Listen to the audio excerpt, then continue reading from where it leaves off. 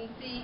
They had wanted to be here this evening, but he had to, he's an 86-year-old mother, and he had to bring her home. So that's that story.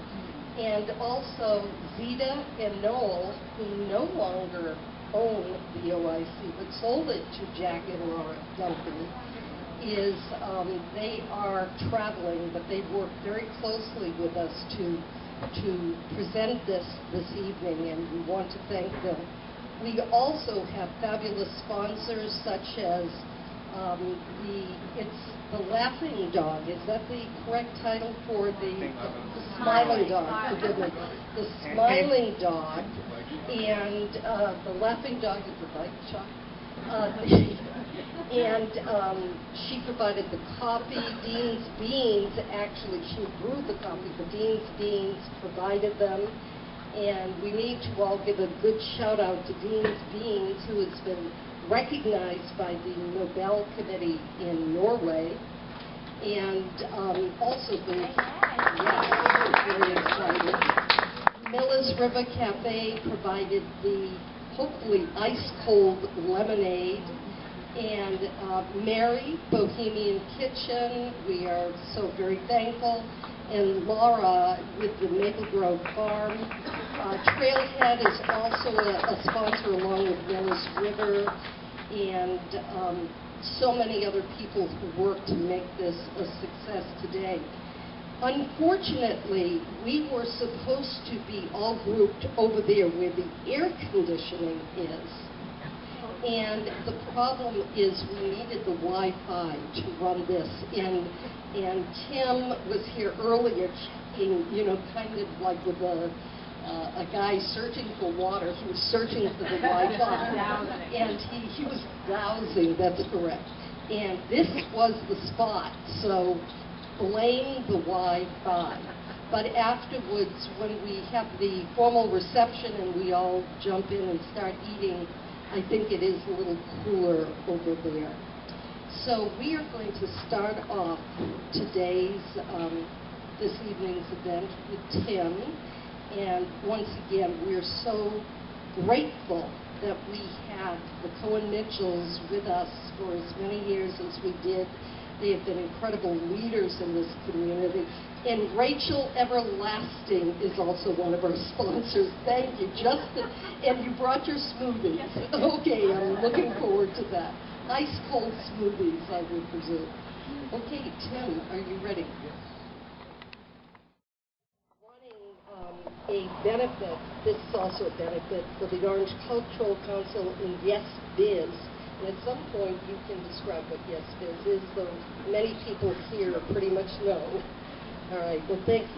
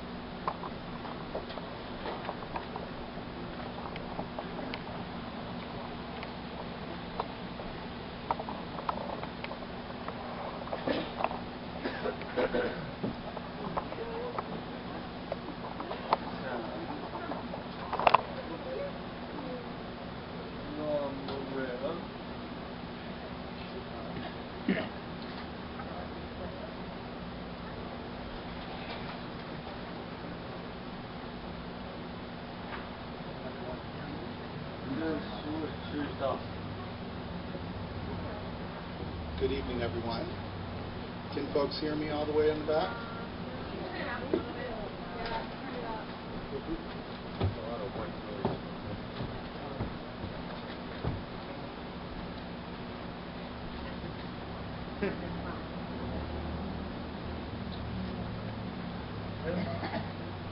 Can you hear me now?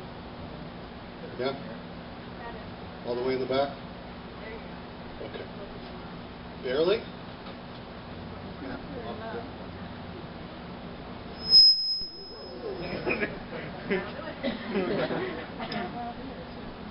Well, good evening. I'd like to first express my gratitude for all the friendly faces and people we've known over the years who showed up tonight.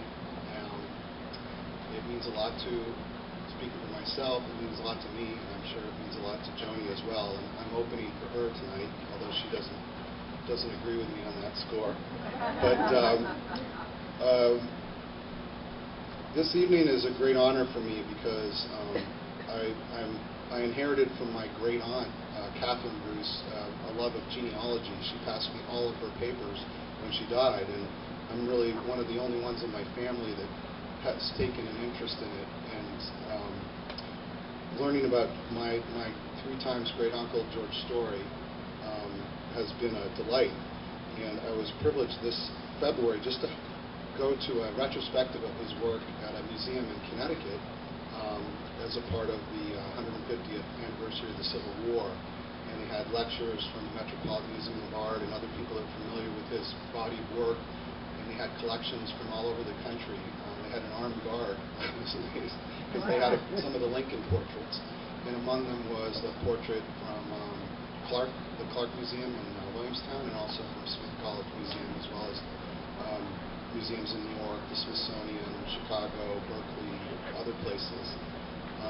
So it's been a great... Turn it up a little bit more quiet. It's hard to hear well. Focusing on hearing. A little bit more. And also, you may have to hold it right close. I've got to do things. Talk louder, Tim, too. I can do that, too. Right on the mic. Okay. Great. So,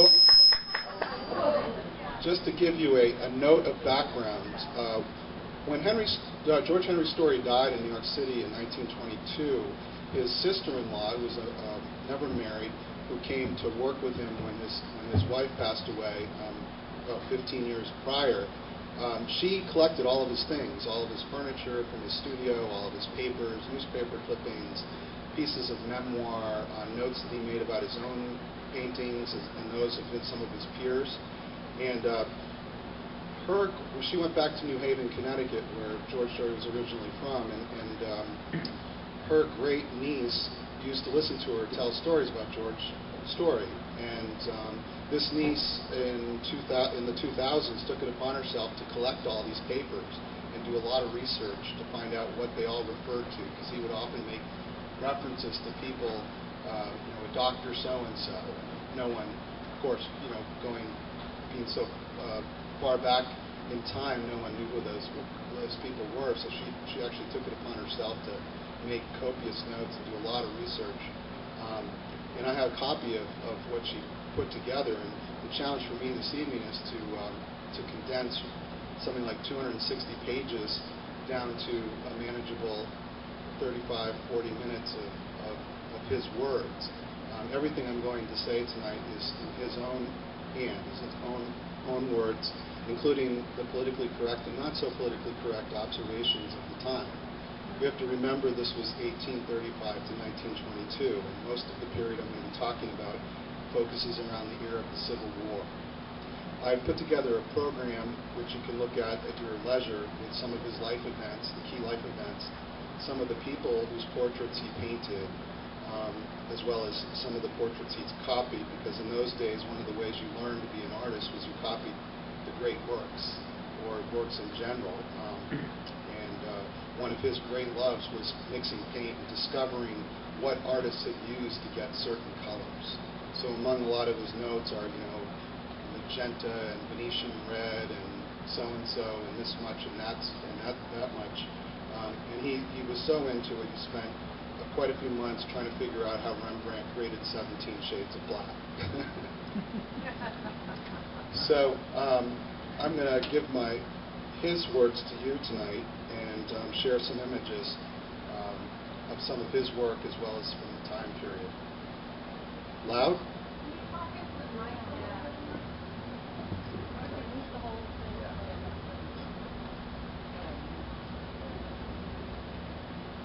October 1859. After an all-night ride, the train pulled into the depot in Washington at 6 o'clock in the morning. Notwithstanding the fact that this was the capital city of the nation, I found on this, my first day in Washington, a restful sense of repose. The air seemed like that of a budding spring instead of autumn. It was soft, and a gentle breeze from the south that created a feeling of lassitude that I had not experienced for a long time. The next day, the wind changed to the north, and a snap in the air set my blood going at a faster pace. The atmosphere was clear, and the Capitol building was silhouetted against a clear blue sky. I felt that I should like the place, and should soon become accustomed to meeting the colored people, who were much in evidence. The population of Washington were Southern in speech, look, and manners, quite different from the people of New England. One morning, while strolling down Pennsylvania Avenue, I stumbled upon Brady's photograph gallery, where he displayed in the window and showcases were any number of three-quarter-length portraits of senators and members of Congress. At the door of this building was a strip of paper with the notice, "Studio to let." I mounted the stairs and entered a room where a short, stocky-built man with a strong Scotch accent approached and greeted me with a pleasant good morning. His long, shaggy black hair was loosely playing hide-and-seek around his partly bald head. The sparkling gray eyes, rubicund complexion, and long black beard, which he frequently stroked with his right hand, gave him a look of distinction. This man was Alexander Gardner, Matthew Brady's agent, who had the entire charge of the business in Washington. He took me upstairs and showed me the room, telling me that if my work was such as he could recommend it to his clientele, he would try to interest them, and he thought that he could obtain many commissions. In fact, he would guarantee at least $1,000 per annum from his own friends. I was inclined to take the studio, the rent being a mere bagatelle. The location of Brady's photograph studio between the White House and the Capitol made this a convenient place for officials, senators, and members of the House to drop in for chats with friends, as well as to look over the pictures which lined the walls. Nearly all the members of Congress were there, and it was amusing to hear the criticism of these gentlemen when in a humorous mood. I had by this time made the acquaintance of a Mr. Clark, who occupied the position of official gardener to the government. He was a tall, raw-boned Scotchman to whom all seemed to pay much consideration, the reason being that they were obliged to go to him for flowers with which to decorate their salons and dinner tables on festive occasions. Clark came into my room one day laughing heartily and said, "I got a good one on Jeff Davis today. I caught a rat this morning over in the greenhouse and chucked him headfirst into a flower pot and covered him with soft earth. His stiff tail projected an inch above the soil. Soon after, Jeff Davis came in and, curiously enough, went directly to the flower pot in which the rat was buried. Touching the rat's tail with his forefinger, he stood playing with it and called out to me, 'Why, Clark, what in the world have you got there?' 'That,' said I, 'is a rat-tail cactus just in from Japan.'" Davis, who had one of the finest flower gardens in the whole South and had obtained most of his rare specimens from Clark, expressed his surprise. "Why, Clark, I never saw a cactus like that before. Give me a slip when it comes up, will you?" "I will, but it's a slow grower. It's months sometimes before it sprouts, but when it comes up, you shall have a slip, Mr. Davis." Clark said later that Davis never ceased to inquire about that rat-tailed cactus, but somehow it did not seem to sprout. My first meeting with Abraham Lincoln was on February 23, 1861, when I was invited by Alexander Gardner to pose the president-elect for a picture. This was the first picture for which he sat after his arrival in Washington, after barely escaping assassination en route. Upon entering the room, I found that Mr. Lincoln had preceded me and was sitting in an old congressional chair, his left arm resting upon a small table, surmounted by the traditional inkstand, which is supposed to be the accompaniment of all great men. His appearance was profoundly impressive. It gave evidence of dejection, physical fatigue, and mental abstraction. Indeed, so deep was his train of thought that he was entirely oblivious of all that was taking place about him. Depicted upon his countenance was an indescribable solemnity, a reflex of the great responsibility resting upon him in this national crisis. This seemed the psychological moment for securing something that in all probability could never be duplicated. Hence, at my request, the operator brought his camera to the spot where I stood, and the picture was taken. When told that the sitting was ended, Lincoln rose and left the room in silence, having spoken no word from the time of his entrance, nor did it seem that the continuity of his thought had been broken during the entire interval.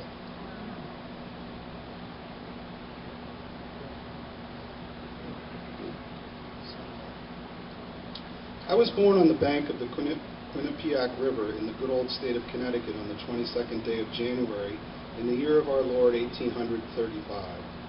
I was present on that occasion, but singularly enough have no distinct recollection of any of the circumstances in connection therewith. My father first saw the light on the 17th day of 1781 in Preston, Connecticut. He adopted the seafaring life and was, at the age of 35, captain and part owner of a ship which he sailed to any port for which he could obtain a consignment. Sometimes it was up and down the Atlantic coast. At other times it was to Liverpool or some of the Mediterranean ports. I was his youngest child, the others being well grown at the time of my father's demise from consumption, but 24 days after my arrival in this world. My mother, Clarissa Barnes Story, was born in 1772 in Middleton, Connecticut. She married at 14, raised 14 children, and supported us by the use of her needle. Millinery was her stock in trade. She was a great reader and enjoyed discussing politics and religion. She was courageous, never at all timid, and was very undemonstrative. When years later, after a year of study in Paris, I entered the room where she was sitting knitting, she looked up and simply said, "Hello, George," and went on knitting. We had 2 servants, one of whom was a Negro woman who had been freed from slavery, whom we called Aunt Chloe, while the other, Mrs. Sampson, was a strapping squaw, the daughter of an Indian living in a cave in the wood across the river from our little home. Whether our village of Dragon, which later became part of New Haven, derived its name from its native harbor seal, or from the sweet and lovely character of its inhabitants, I know not, but our neighbors were fishermen and the families of men who sailed away in ships engaged in the West India trade. Among them were specimens from the Windward Islands, Nassau, Cuba, Negroes from the South, and natives of Puerto Rico, with quite a sprinkling of Indians of the Mohican tribe who lived in caves in nearby woods or in huts by the bank of the river. A motley crew when assembled for either fun or mischief. I had my boat, my gun, my fishing tackle, and what was more than else to me, my absolute freedom and all that implies. There was not a cave or a place of interest in the woods unknown to me, nor any kind of game from fox, grouse, quail, squirrel, pigeon, plover, reed bird, wild duck, or the shy old loon that I had not bagged. Much beloved teacher, Professor Shepard, and positively declined to accept a college education at the expense and sacrifice necessary to my mother. I would henceforth be the arbiter of my own destiny, nor would I adopt an occupation that was or might be distasteful to me. Upon this I was resolved. It was a cold day in New Haven in the month of March 1851, when after many ventures I was unexpectedly much attracted by a display of wood carving, a figurehead for a ship, also a fascinating trailboard cut in fine scrolls on leaves of exquisite beauty. I said to myself, I would like to learn how to make those things. After mounting 2 flights of wooden stairs, I opened a door and found myself in the presence of a small man with mixed gray hair and a huge pair of spectacles, fastened by a thong of leather passing around the back of his head. 4 or 5 young men were working at benches in the room, carving various objects, capitals for columns, trailboards, newel posts, and pieces of furniture. The old gentleman looked me over and asked me what I wanted. I told him frankly that I had been attracted by the display at the door and thought I would like to learn how to carve wood into such beautiful shapes. Before leaving the place, I had apprenticed myself to him for 3 years. I was to live in his house and sit at table with his family and 3 other young men who were pointed out to me. I was set to chipping off the rougher portions of the work in hand and learning to use the use of tools, but it was not long before I came to understand that the beauty and value of this work depended chiefly upon the quality and beauty of the design. And that drawing and designing was the basis for the most important factor. I soon found a teacher in the person of Professor Ball. bail. He was then giving evening classes in the Young Men's Institute when I joined in order to enter freehand drawing class. It was not long before I discovered that my master was entirely dependent upon 3 or 4 illustrated books of designs.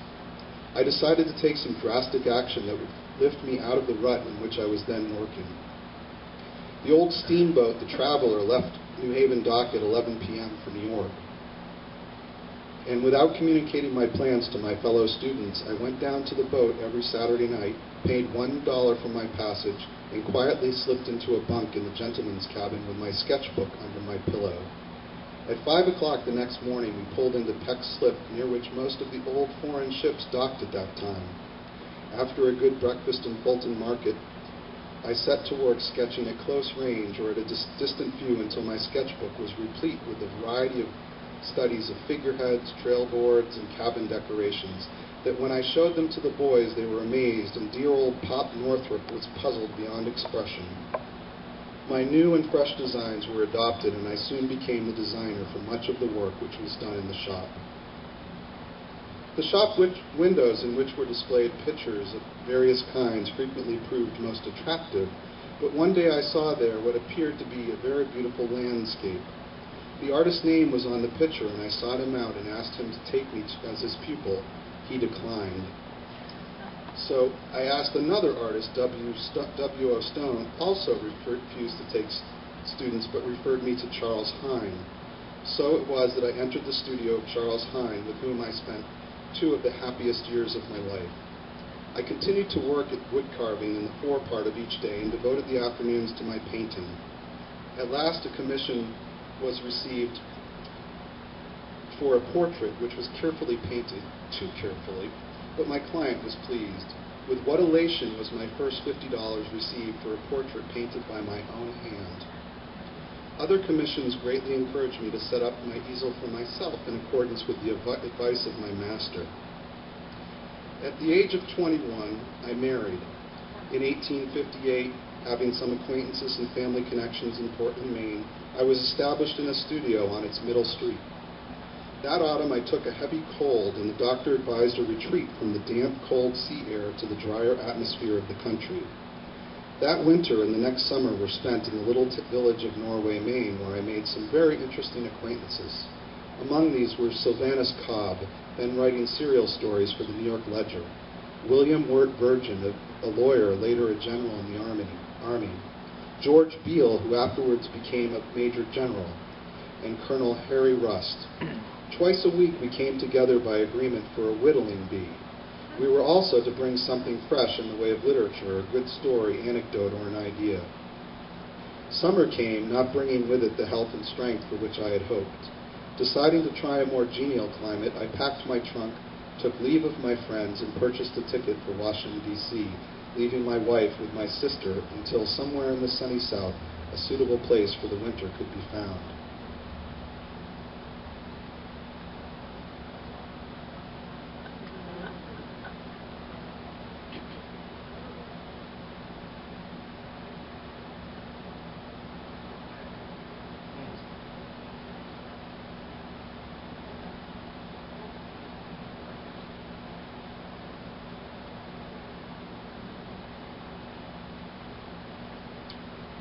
Pardon me.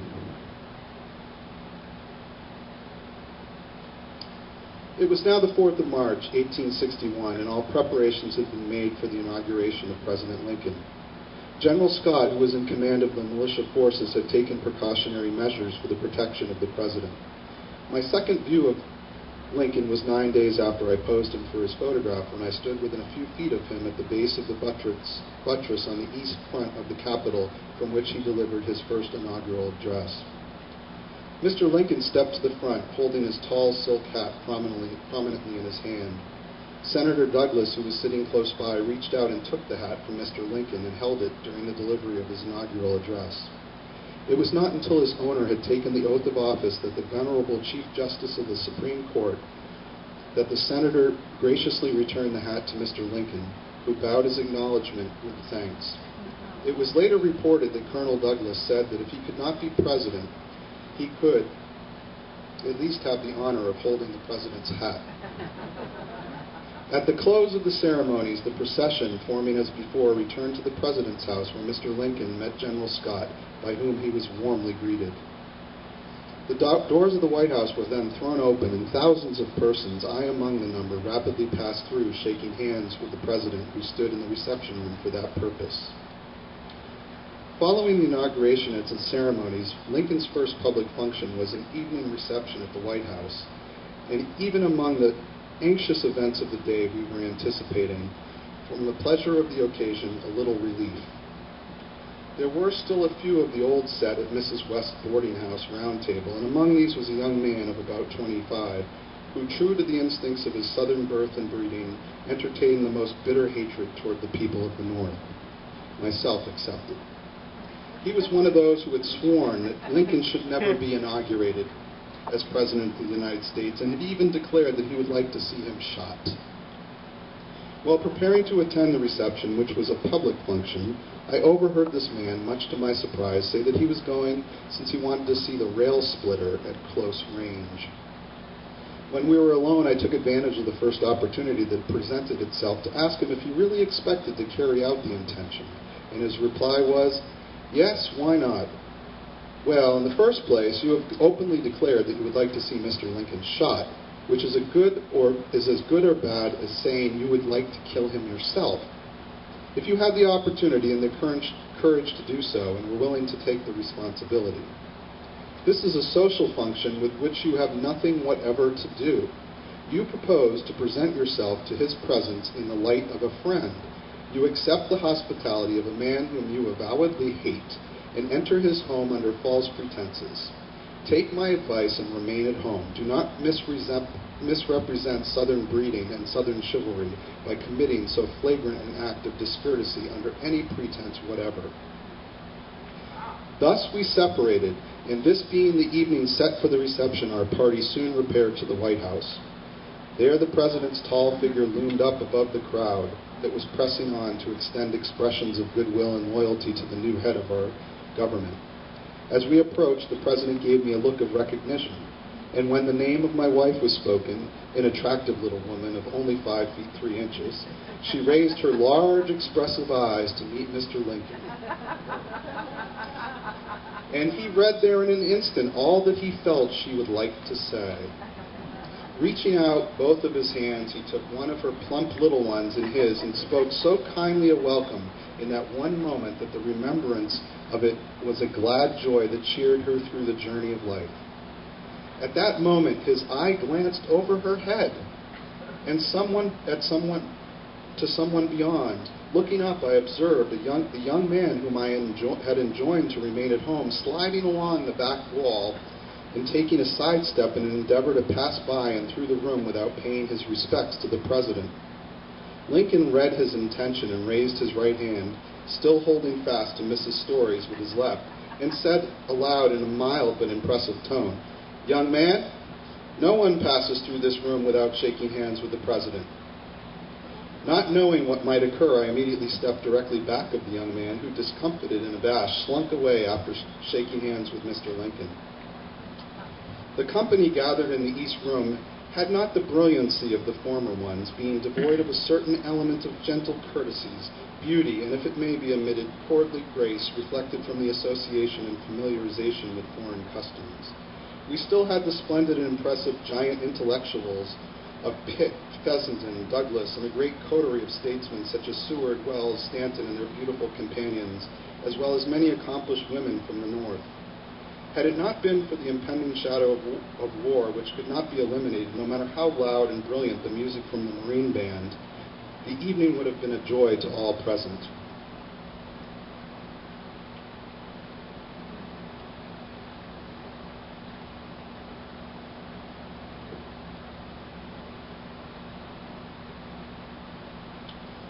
My dear mother, I am at present living in a hornet's nest of young Southern bloods who are violent exponents of the secession ideas and whose expression of hatred of the North are not confined wholly to venting their sentiments in words. The whole atmosphere is impregnated with Southern swagger, and it is difficult for me to control my tongue at all times, as I am often terribly exasperated by these young fellows who are eating the bread of a government with which they so vilely abuse even to the extent of treasonable utterances. I realize, however, that under certain conditions, discretion is the better part of valor. Early in the spring of 1860, I rented a house at Kendall Green. The house had been built by Andrew Jackson's Postmaster General, Amos Kendall, as a wedding gift to his daughter. Early in the summer, I realized that the distance to and from the city was too great to be accomplished on foot, and hence decided to purchase a saddle horse. One evening, when Henry, our colored boy, put him into the barn, I said, "Henry, have you ever been over the chain bridge at Georgetown?" "Yes, sir." "Do you know the road that turns to the right and runs up by the side of the river?" "Yes, sir." "Well, boy, if you should saddle old Gray at 10 o'clock when he is perfectly fresh and cross that bridge and stick to that road, a good brisk trot would take you in 3 hours' time into Pennsylvania. That is a free state, and you would be a free nigger. Do you understand?" "Yes, sir, I do." "Now mind, I don't tell you to do this, but if you should go, send me back word where you leave the horse. Good night." A few weeks later, the boy was sold and sent to New Orleans to work on a sugar plantation. Autumn was now approaching, and not quite liking the prospect of riding into town through the rain, sleet, and cold winds, I gave up the lease of my house at Kendall Green, sold my horse, and moved into the city. As the days go by, the political atmosphere grows more and more murky, and the heated discussions often assume a personal aspect, which intensifies until both parties are embittered beyond control. These quarrels frequently end in conflict in which pistol shots are exchanged, doubtless with no intention by the participants of really doing bodily harm, but just to give emphasis to their words. Wherever one goes, politics is the engrossing topic of conversation. At social gatherings, on the street, in the cafes, and especially in the lobbies of hotels. The National and Browns are overflowing with gentlemen from the South, all with blood in their eyes and pistols in their pockets, ready for any emergency which they take a fancy to create. The name of Abraham Lincoln sends a quiver through every gathering throng, and any expression of Northern sentiment is the occasion for an outburst of scorn, contempt, and blasphemous denunciation. The sound of a pistol shot no longer startles me. I even carry a weapon in order not to be entirely unprepared in case of emergency. Conditions in the city had become so complicated between friends and foes, too often both in one, that we were frequently exposing to the officials the rebellious acts of our best friends, and at the same time doing all we could to help them out of their difficulties. For instance, the brother of Senator Yulee, a government employee who had for some time been under suspicion, and justly so, received his discharge from clerical services in one of the departments where for years he had been employed at a fine salary, but was given only a few hours in which to pack his belongings and take his entire family out of Washington. The Yulees were among our dearest friends, and in this emergency they sent for us to assist in packing their household goods, that they might go by boat to Alexandria, a few miles down the river on the Virginia side. One day, only the week before, I had seen two ladies quarreling on Pennsylvania Avenue. Upon nearing them, I was surprised to find that one of them was Alice Yulee, and the other my own wife. Of course, there was but one subject for a quarrel, and knowing well what that was, I was obliged to step in and use physical force to separate them. Alice had only a brother at Harvard.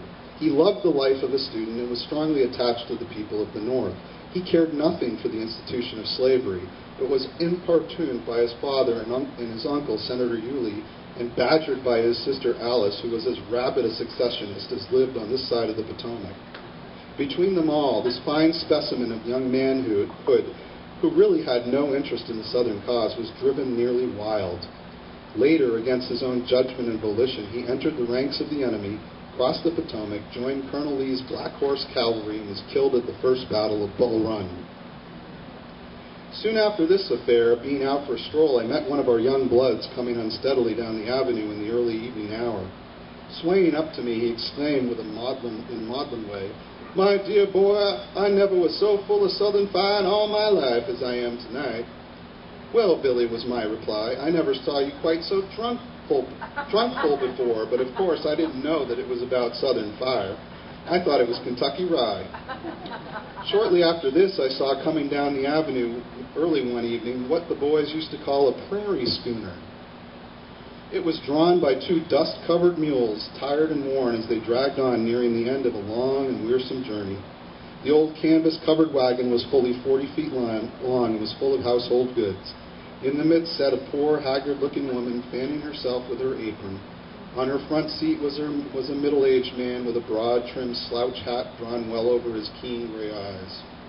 His long, shaggy beard swept over his dirty shirt front. Lying across his lap was a double-barrel shotgun. Dangling from the tall board of the schooner were two pairs of children's legs, which switched about as the wagon jogged along in its journey over the rough cobblestone pavement. On the side of the canvas covering, painted in large black letters fully a foot square, was the following inscription: "I am a Union man now and forever. I'll be darned if I ain't." This man, with thousands of others, had been made aware by his neighbors that a northern climate would better suit his health than that of Virginia. He had been given only a few hours in which to arrange his affairs and "get," as he expressed it to me, after parking his team for the night on Louisiana Avenue in the shadow of the old City Hall. On the occasion of the assembling and opening of the second session of the 36th Congress, I was fortunate in being assigned a seat in the gallery. After listening to the reading of the President's message, Senator Clingman of North Carolina rose and moved that the message be printed following the usual custom. He said that the general tone of the message was patriotic, but that it fell far short of stating the case now before the country, that the President-elect was a dangerous man who had avowed the principle known as the irrepressible conflict. The Senator declared that it was the purpose of the North to make war upon his section until its social system would be destroyed. He maintained that the true policy of the South was to meet this issue in linem. That's Latin. Senator Clingman was followed by Mr. Lane of Oregon, Mr. Hale of New Hampshire, Mr. Brown of Mississippi, Mr. Iverson of Georgia, Mr. Wigfall of Texas, and Mr. Davis of Mississippi. Mr. Brown declared that the crisis could be met in only one way, and that was for the northern people to revise and reverse their whole policy upon the subject of slavery. That war was impending between the North and the South, and that as the people of the North were the aggressors, they must change their whole attitude or the most serious consequences would be sure to result. The discussions were carried on throughout the day in a calm but determined manner on both sides. At this time, the unwavering fidelity of all senators to their party leaders made it extremely difficult to obtain a hearing for the fair consideration of any question that was brought before the Senate, as accusations and defiance were sure to creep into all discussions. The bitterness of anticipated wrong upon the part of the North had created an intense hatred deep down in the hearts of the senators from the South. One was fortunate to secure a seat in the gallery of the Senate during debates by this body on those momentous questions which involved not only the welfare but also the life of the nation.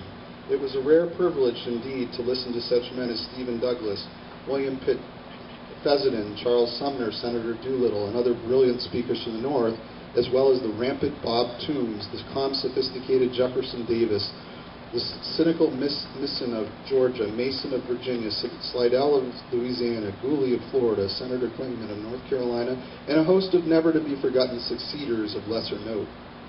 There is the burly Bob Toombs rising from his seat, shaking with emotion, his long, dark, wavy hair swishing about his neck and forehead, as in the most impassioned manner he defiantly denounced the opposition in language so derogatory that one marveled at the patient dignity of the senators from the North.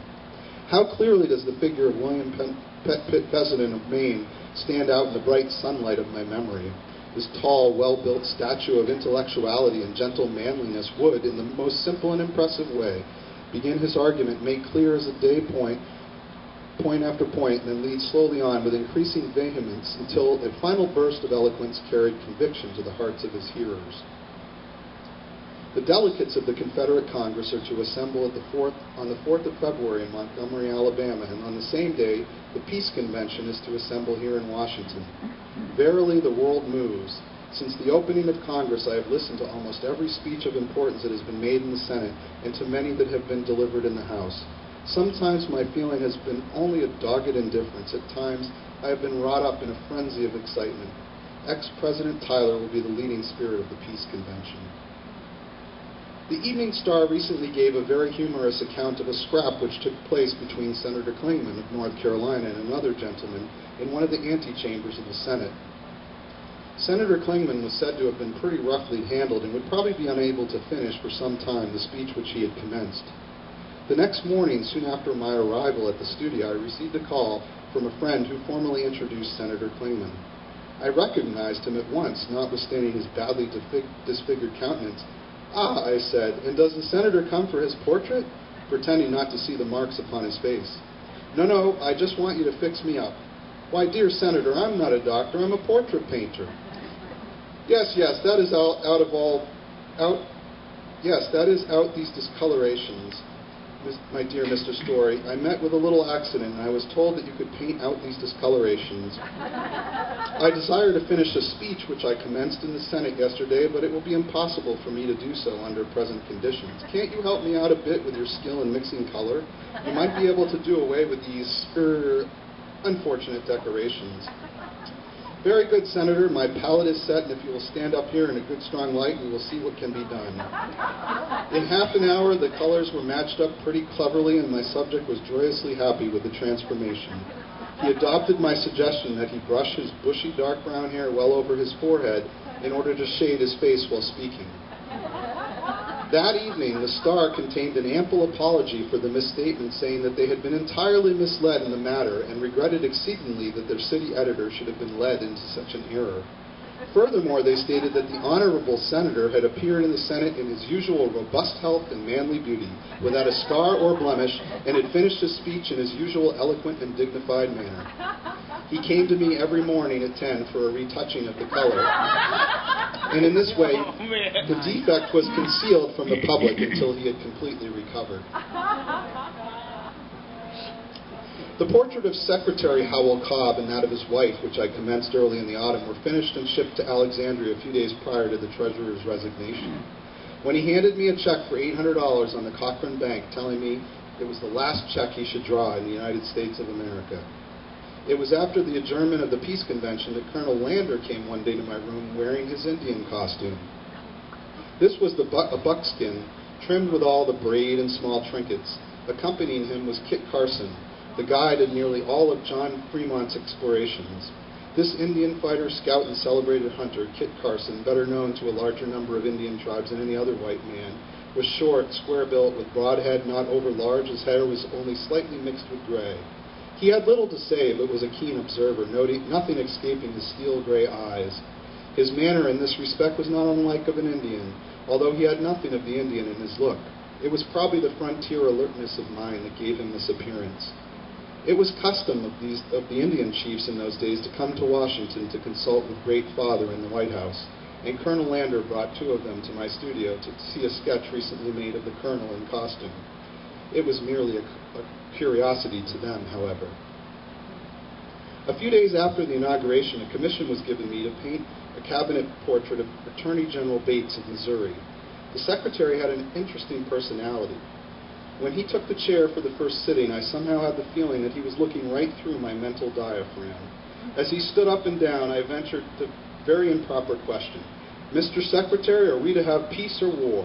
"War," he thundered out in a voice that nearly sent me from my chair and seemingly shook every movable object in the room. On Sunday evening, March 3rd, 1861, at 7 o'clock, the Senate assembled. The final hour of the existing 36th Congress had come, and the new Senate, composed members of the 37th Congress, had unofficially convened and organized for a session of some days. The succession of South Carolina was followed by that of Alabama, Florida, Mississippi, Georgia, Louisiana, and Texas. The vacant desks and empty chairs of the retiring senators and congressmen, who had long filled these important places with honor and distinction, were but now ghosts of men who left little behind them but the tradition of their past glory. And now a new era was to begin with the advent of our recently elected President, Abraham Lincoln. On the 6th of March, the Confederate Congress passed an act which was approved by President Davis, authorizing a military force of 100,000 men to be raised. At 4:30 o'clock on April 12th, Beauregard opened fire upon Fort Sumter. Hostilities were commenced by order of the government of the Confederate States. On April 15th, Lincoln called for 75,000 volunteer troops. 2 days later, President Davis issued a proclamation calling for volunteer privateers, to whom he would issue letters of marque. On the 18th of April, about 600 men from Harrisburg arrived in Washington and were quartered in the Capitol. During the night of the 18th, the avenues of the city were guarded and closely watched. Cannon were planted in commanding positions so as to sweep the river along that front, and these were supported by infantry. A proclamation was issued by Mayor Barrett exhorting all good citizens and sojourners to be careful so to conduct themselves as neither by word nor deed to give occasion for any breach of peace. Conditions in the city had become complicated between friends and foes.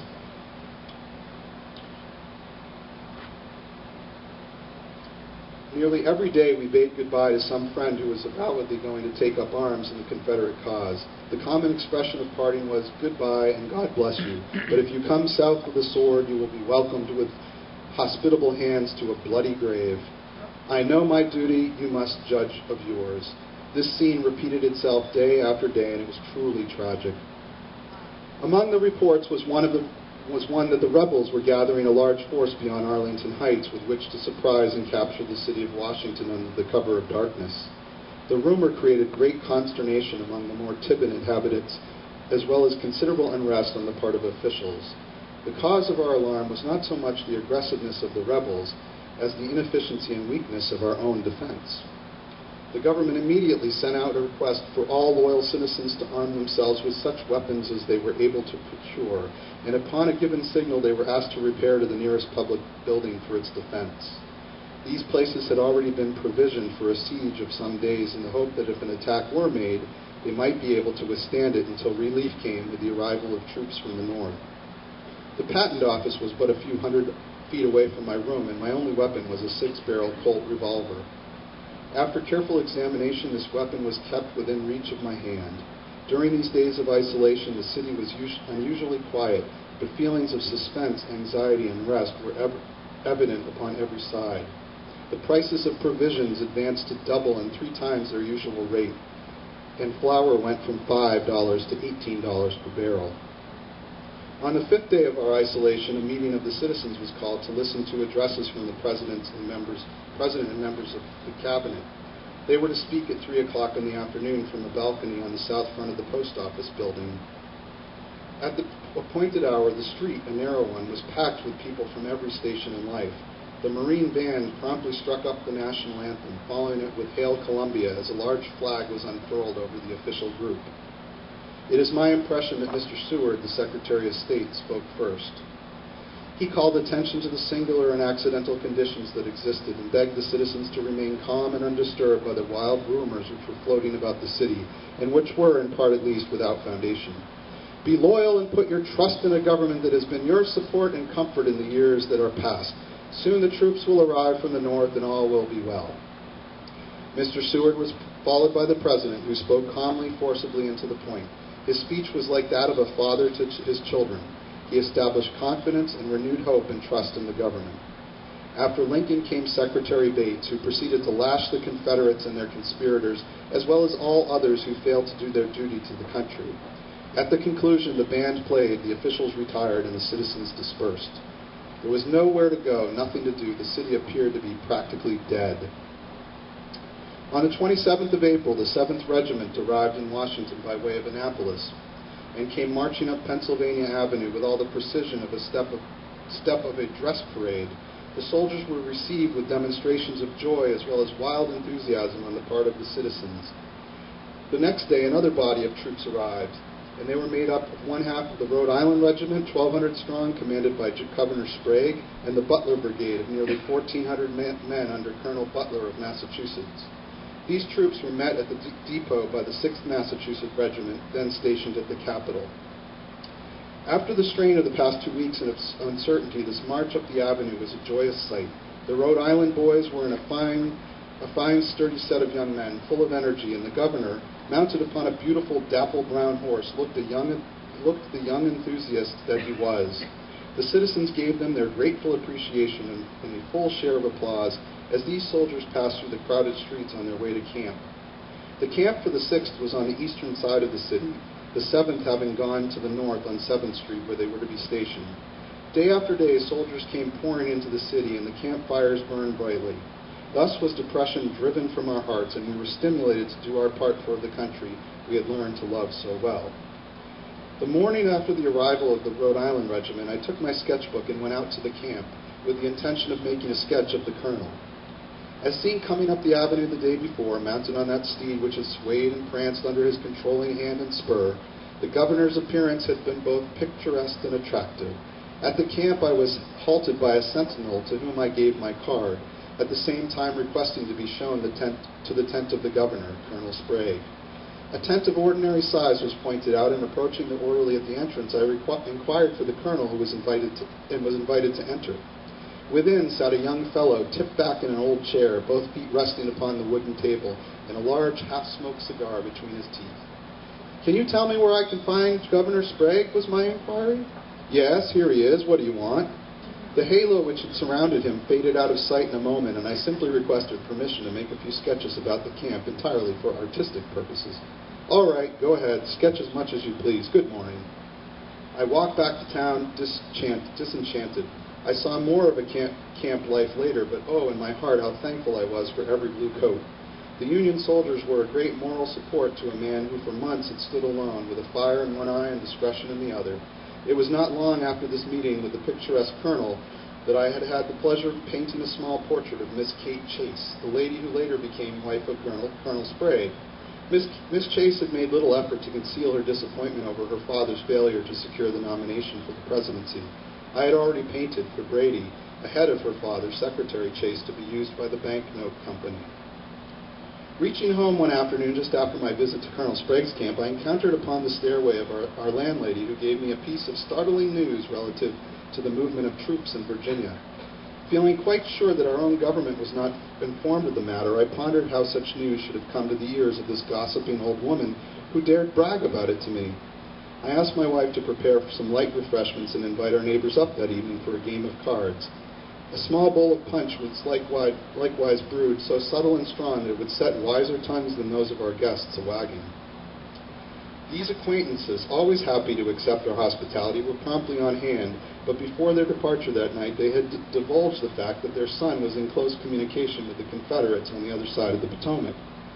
His position in the War Department enabled him to secure valuable information, which he was in the habit of sending to the rebels. Or, if that course was seen to be unsafe, he took the message in person, crossing the river in a small boat which was moored below the old wooden bridge. It was only a few days after this that the family changed their residence from Washington to Virginia. These were strenuous days. The sound of bugle and the tramp of soldiers' feet resounded in our ears by day and by night, as regiment after regiment came tramping through the streets on their way to the campus allotted them by their high command. In all parts of the city were to be seen the tired and hungry soldiers strolling listlessly about in an effort to dispose of a few hours' leave of absence. My wife spent much of her time directing them to restaurants and places of interest in and about the city, for which attention they appeared to be very grateful. One day she met a young lad from her own native town. He was in a fit of despondency, but she cheered him and sent him on his way. Strolling down Pennsylvania Avenue one afternoon, I had the rare good luck to fall in with one of my old friends from Norway, Maine, Colonel George Beale. His regiment was encamped on the grounds of the Capitol, and being on his way thither, he invited me to join him.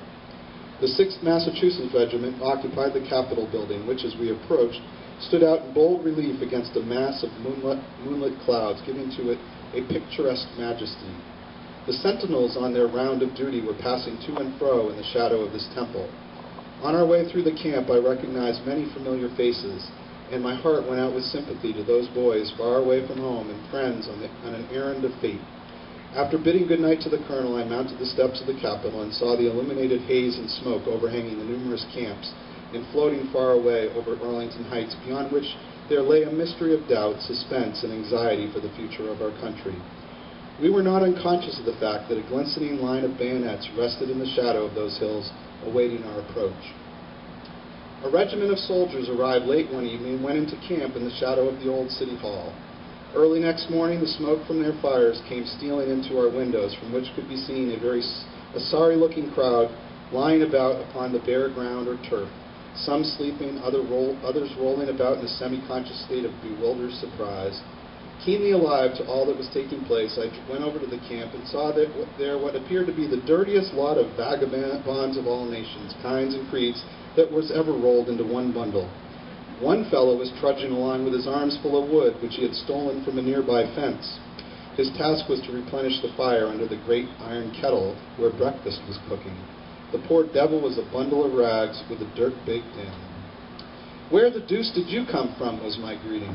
"Well, now," he replied, "that's just what the man asked me in Baltimore yesterday, and I told him that I came from Pottsville, Pennsylvania, up in the mines. And he says he, 'And so you come from Pottsville, did you? And where are you going?' 'I'm going to Washington,' says I. 'That's all right,' says he. 'Now, when you get to Washington, if you get to playing poker and mud trumps, by God, you'll win." It was learned later that these undisciplined men had been told to wear the worst clothes they possessed, as they were to change them for new uniforms upon their arrival in Washington.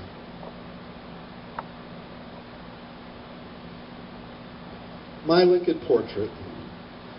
One morning in the month of June 1861, Alexander Gardner came to my studio bearing a commission from a secretary in one of the departments for a cabinet portrait of the President.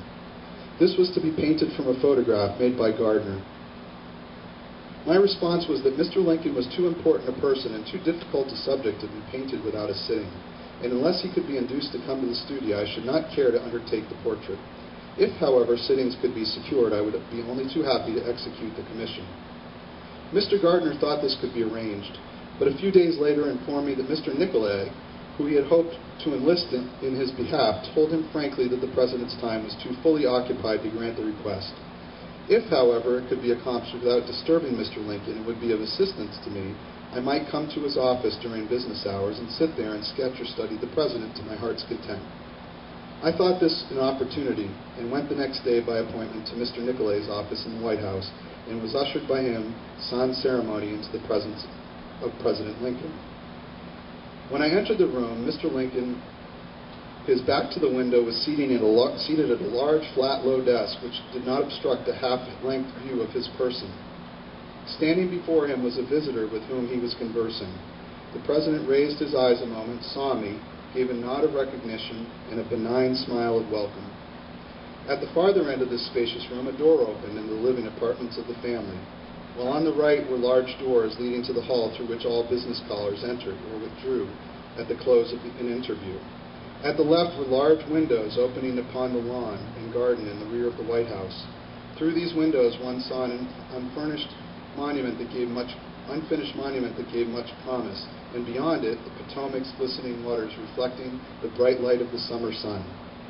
Still further, Arlington Heights and General Lee's home could be distinguished. Mr. Lincoln exercised that valuable asset with which he was so prominent a feature in his character, the ability to read the thoughts of other men and to forestall their intentions if these were not in accord with his own views, or were found to be adverse to the interest and welfare of the public. I was often lost in admiration at his keenness and depth of questioning when he took up the salient points so naively that before realizing it, the petitioner had exposed himself and his scheme, as well as laid bare his unworthy ambitions and unfitness for the coveted office. I made copious notes for the hours that I sat there studying under the most favorable conditions the face of Mr. Lincoln. It failed to record the impression made upon me at that time, but it has not faded from my memory. I recall distinctly a rather humorous incident that occurred one afternoon when the President raised his hand as a signal for the next visitor to come forward from the waiting line. A handsome young man, about 35 years of age, stepped forward with a self-satisfied and martial air, and drawing from his breast pocket a large envelope, he handed it to Mr. Lincoln, saying, "There, Mr. President, is a letter from the Secretary of War, which definitely explains my mission to you and my petition also. I trust it will meet with your favorable consideration." Mr. Lincoln took the letter and, holding it in his hand before opening, gave a quiet glance at his visitor. He then opened the letter and read it carefully to the end. Smiling and still holding the missive in his hand, he looked the gentleman full in the face and calmly said, "You come here from Chicago with a letter of introduction to the Secretary of the Navy, given to you by a personal friend. This letter you presented to the Secretary of the Navy and then induced him to give you a letter to the Secretary of War. Then you succeeded in getting the Secretary of War to give you this letter to me. On the strength of these 3 letters, you now ask me to give you a colonel's commission in the United States Army. That is what I call cheek. Cheek, sir. Take these letters and go back to Chicago. Raise a regiment, march it up here in front of the White House, and I will give you a colonel's commission. Until then, I wish you good day. There was no indecision in his utterance, but an undertone of suppressed indignation. After each sitting, I retired to my studio, the circumstances all fresh in my mind, and painted on my picture until it was completed. Could the future have been foreseen, I should have duplicated many pictures painted at that time, but now lost or hidden away, God knows where. On the 28th of July of 1861, having made a tour of the camps and a parting call upon our soldier friends, we left the city of Washington, as was our custom, for a brief visit to the state of Maine. The uncertainty of the times, however, gave rise to some doubt as to the future, and accordingly my sketching traps and unfinished works were taken with me. Upon arriving at the railway station in Philadelphia, we heard the newsboys shouting, "Battle of Bull Run!" This report of a real battle was creating tremendous excitement and interset anxiety as well, but it was not altogether a surprise to us, as we had well known the impending forward movement of our troops and had deferred our departure from Washington on that account. The summer, however, was already well advanced, and there would be no reason for a change in our plans. We proceeded on the journey to Maine, where we remained until late October. My health was not sufficiently established for the Army surgeon to accept me as a recruit, and the disturbed condition of the country did not look favorable for portrait painting.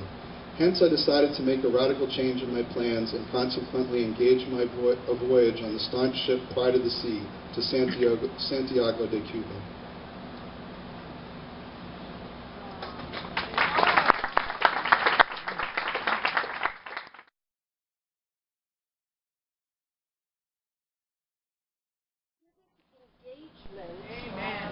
In the North Quabbin region, July 18th, 2013.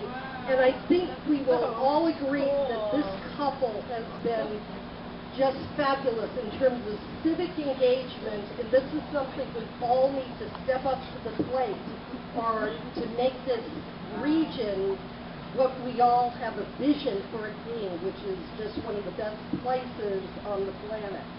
So thank you. Wow, that's beautiful.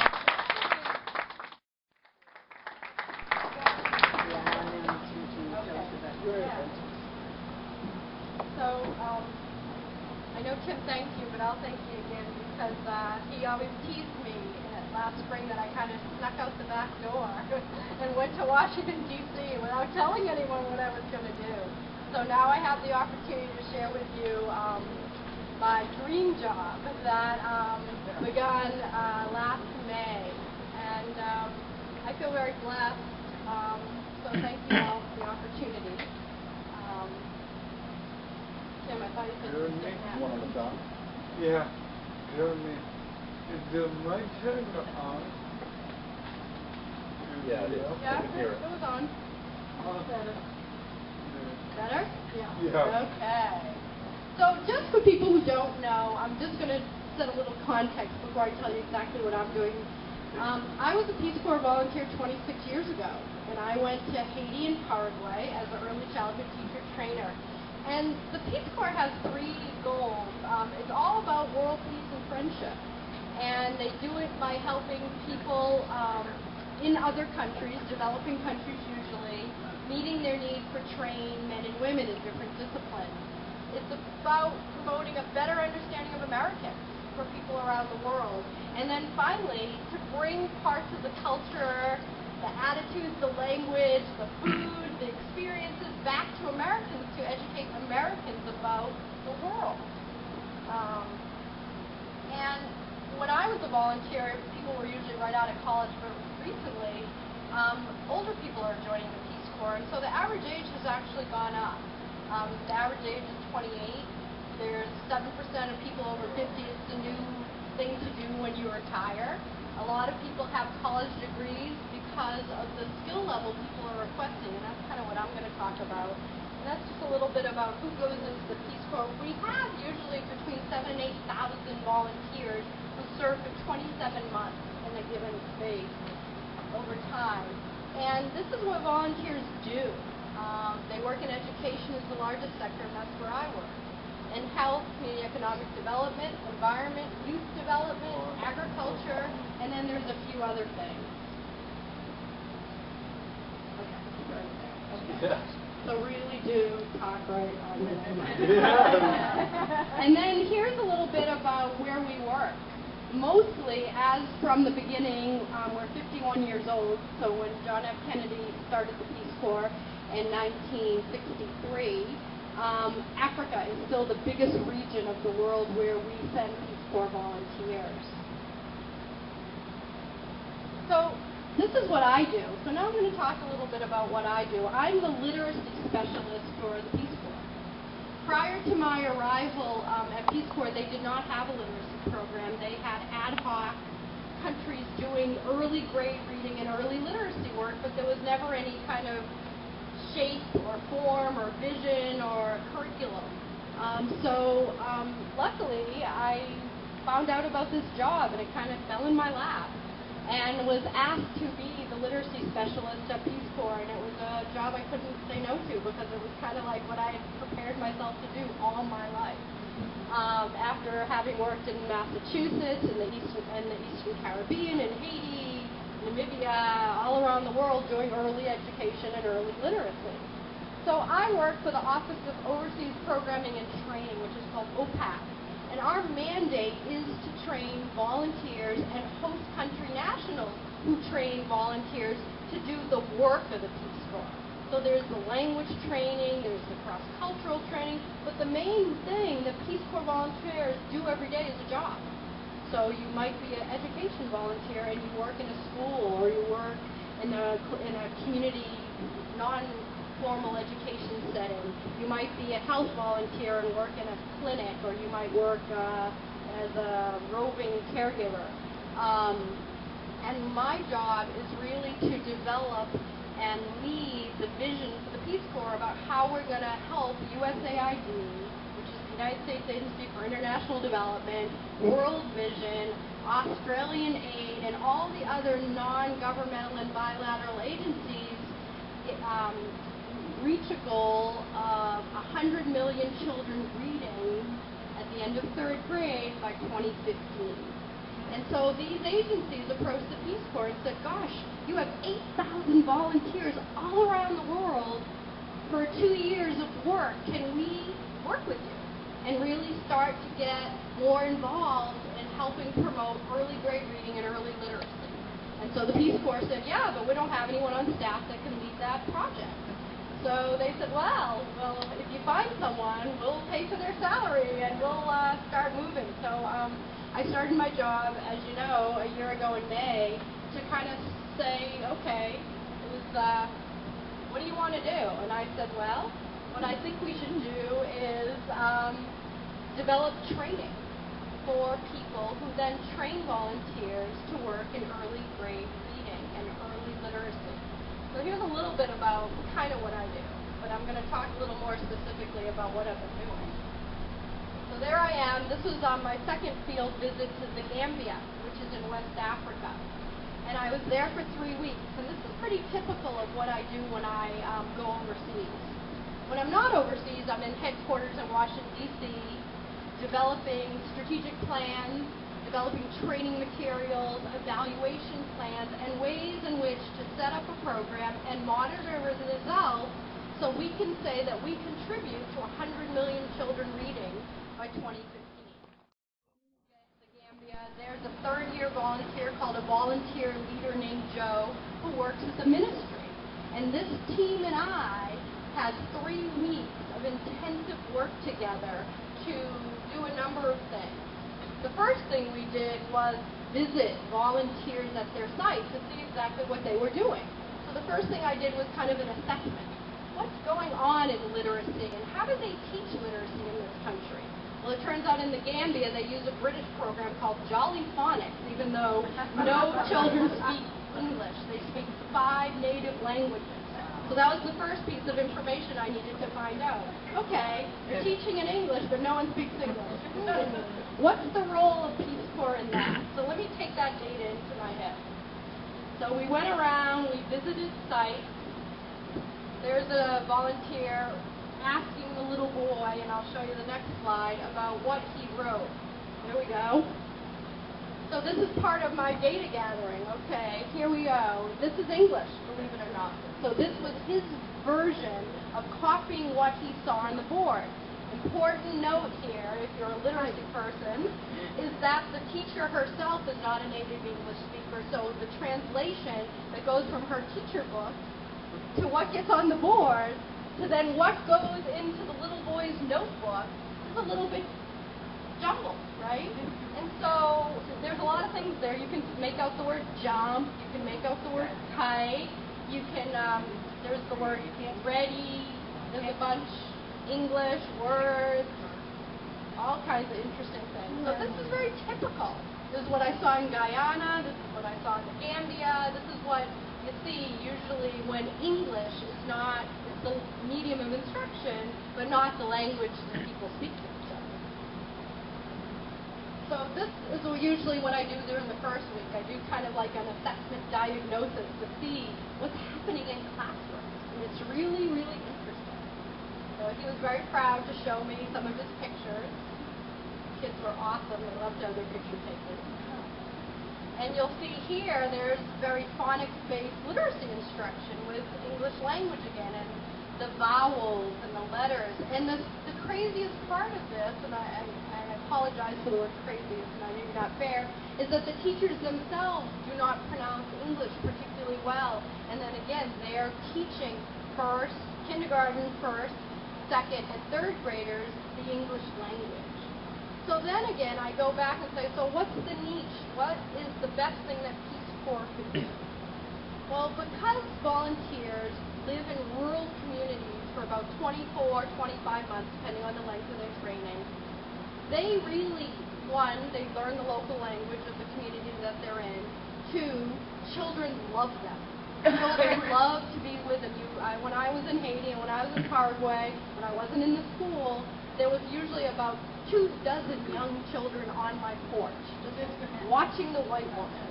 So what's the best thing for Peace Corps volunteers to do? So there's one of the volunteers. So one of the strategies we've started to employ throughout Africa and now in some other parts is read aloud, using both English language and their native language. Because you can't say, oh, Ministry of Education, what are you teaching them English for? The Ministry of Education has a policy. They want the Gambian children, for good or for bad, to learn the English language, whether it makes sense or not. So it's not the role of the Peace Corps volunteer to say, pedagogically, that's the wrong thing to do. Instead, we look for little ways in where we can help bridge the gap. And because volunteers have learned the native language and they're so fluent, it's crazy. You know, that Peace Corps volunteer leader I showed you, Joe, spoke 3 of the 5 Gambian languages, you know, because he moved around the country and needed to.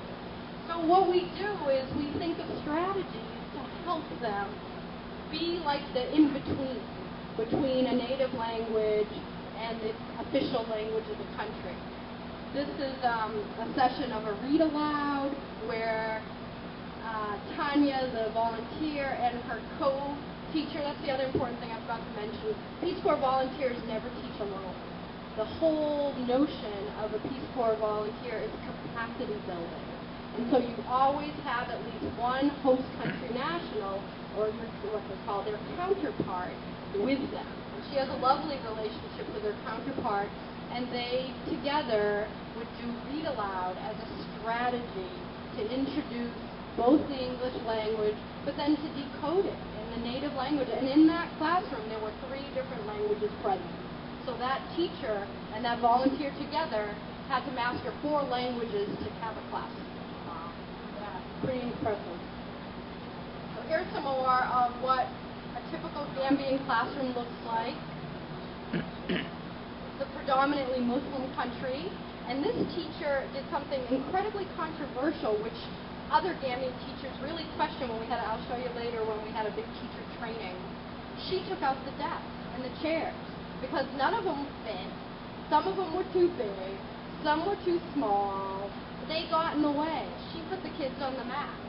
Very non-Gambian, and interestingly enough, all her other teachers in her school complex were like, what are you doing that platform. They're on the floor. Those kids were so engaged and so happy, and you know, it was crazy, but that was really a non-traditional, especially because they use a British or English system of education, which is very formal. But it was crazy. She did it on her own. It was before the volunteer even got there. That was too dark. That's the native language. That's Wolof. And again, here we are with some Jolly Phonics, English phonics instruction. And they're learning to sound out consonants. They're doing math with sticks, which I also thought was wonderful. Here's a whole different district, different part of the country. They have chairs and tables. There it is, the Jolly Phonics. It's throughout Africa and some of South America and the Caribbean. It's everywhere. Yeah. Yep.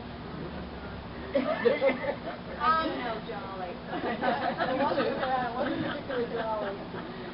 Anyway, the other cool thing that I get to do in my diagnostic visits is see a bunch of different kinds of classrooms.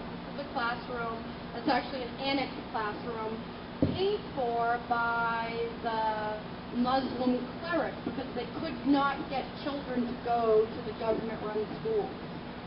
The Minister of Education was brilliant, and he went into partnership with all the Muslim clerics in the country and said, I will pay you for every head, every child that walks into a school. And so all these children did not go to the public school before they built this annex school that is from this one area. As you can see, it's pretty makeshift, but it was a great classroom and the teachers were amazing. There's Joe and the volunteer in that area, Adrian. One of the classrooms, again, in the makeshift Muslim school. Here's some of the homemade activities. Again, diagnostic number 2. What do people need in rural, underdeveloped settings? Manipulative, hands-on things. What do volunteers have? Peace Corps volunteers have creativity and tons of time on their hands. They are the best material developers in the world. So that's the other strategy that we have adopted globally. We do read-alouds and we make materials. And here's another volunteer who proudly showed the first chalkboard that he handmade in his school. And another piece that's very difficult is books. Unlike here, like we're about to clean out our house, as you know, we have so many books it's not even funny. Books are very hard to find, and they don't last very long because of storage and termites and humidity, moisture. So this is actually a pretty well-stocked library in Africa. So that's the other strategy that we employ. That's strategy number 3 for Peace Corps volunteers working in early literacy. They have all kinds of resources to draw upon in the United States. Families who are willing to fundraise, send shipments of books, work with Books for Africa to get books into the hands of young children. Because we all know, us educators out there, that having books in school is one thing. Having books to really create a literate environment is a whole other thing. And that is not particularly developed in places where print is formed, where print is just not the way to do business. So that's the third strategy that we've hit upon, is that volunteers either develop school libraries or classroom-based libraries, and they draw heavily upon their U.S. community to fundraise or to send shipments of books. And it's very successful. Here's another volunteer with some older, there's a remedial classroom. These girls are our equivalent of about 6th to 8th grade. They don't know how to read. So she's working in a remedial setting to get these girls reading.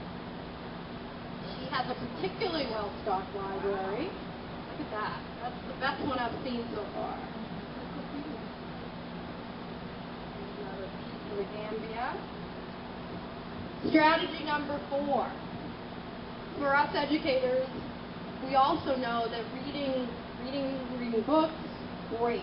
But how else do you create a literate environment and get kids to love print and reading, and you use it by weaving it into the curriculum. That's another thing that is not really well developed in most ministries of education throughout the world. So that's strategy number 4 for us, is that volunteers work with their counterparts on integrating literacy, reading, writing, listening, storytelling, into all the other subjects of the curriculum. And that's a pretty foreign concept in most parts of the world, except, second and third, first developed countries. So that's another big strategy we rely upon. And then my favorite part, or what I love to do the most, is when I get to meet the kids in the classroom. So we walked into this preschool on a Friday, and very typical of Africa, sadly, is there was no teacher. So there were 75 young children and no teacher. So what do? Joe and I decided to sing with them, and we spent about an hour singing songs with them in English, and that's my favorite part of my job, without a doubt. That's what I love to do the most. It's very fun. So, I guess some of my slides are missing, so I'll tell you the rest. So we'll end on this one. It doesn't matter. That's fine. So I told you the third strategy that we employ. We use read aloud. We use curriculum materials development. We use integrated curriculum, and we use books. So then the other part of my job, which is again my favorite part, is that I get to then train volunteers and host country teachers. And that's usually what I do in the third week of a visit to a country. So the first week I do some kind of diagnostic work. In the second week I work with Peace Corps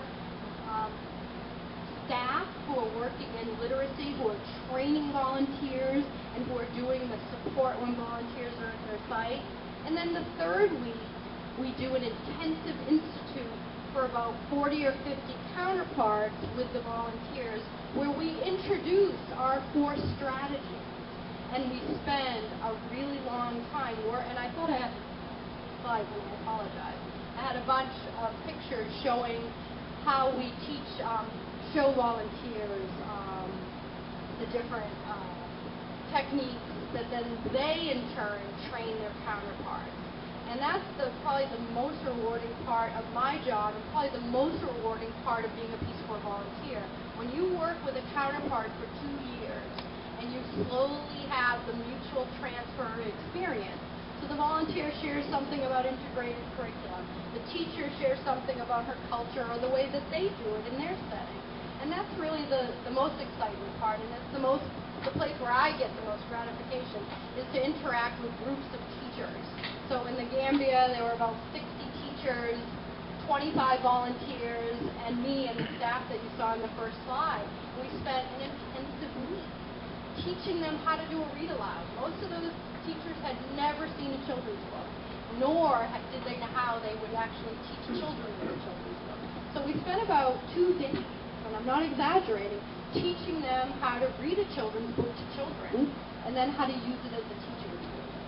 The other thing we did things like taking bottle tops from Coke cans, which are everywhere, and made number games and letter games and all kinds of things that you can do with low resources. So settings where there is no paper, there is no pencils, there is no materials that we're used to in this country. We use the tops of Coke bottles, we use toilet paper rolls, everything we can do. And that's about 2 days of materials development. And then the third day, we usually talk about how they can use this government curriculum to really enhance literacy learning. And so it's usually about 5 days that we spend very intensively working with teachers. And like I said, it's incredibly rewarding, and it just occurred to me that I sent Tim the wrong PowerPoint, which is why you don't get to see the teacher training part of it. I had saved it somewhere else, and I sent him the wrong one, so I apologize for that. But I have gone to the Gambia, I've gone to Guyana. I'm about to roll out a bunch of literacy manual, about 46 hours of training in the Philippines, and then I'll go back to Africa for a regional workshop. And then sometime late next year, I'm going to get to go somewhere, probably the DR, Jamaica, for our Inter-American region of Peace Corps. And you know, each time I go, I learn something. We integrate it, and we do it differently the next time. And so the vision is that by 2015, materials are rolled out, a number of people are trained to train others, because that's our whole model, and that we, as part of a small piece, are contributing to this global vision of 100 million children reading by the end of third grade by 2015. So that's it in a nutshell.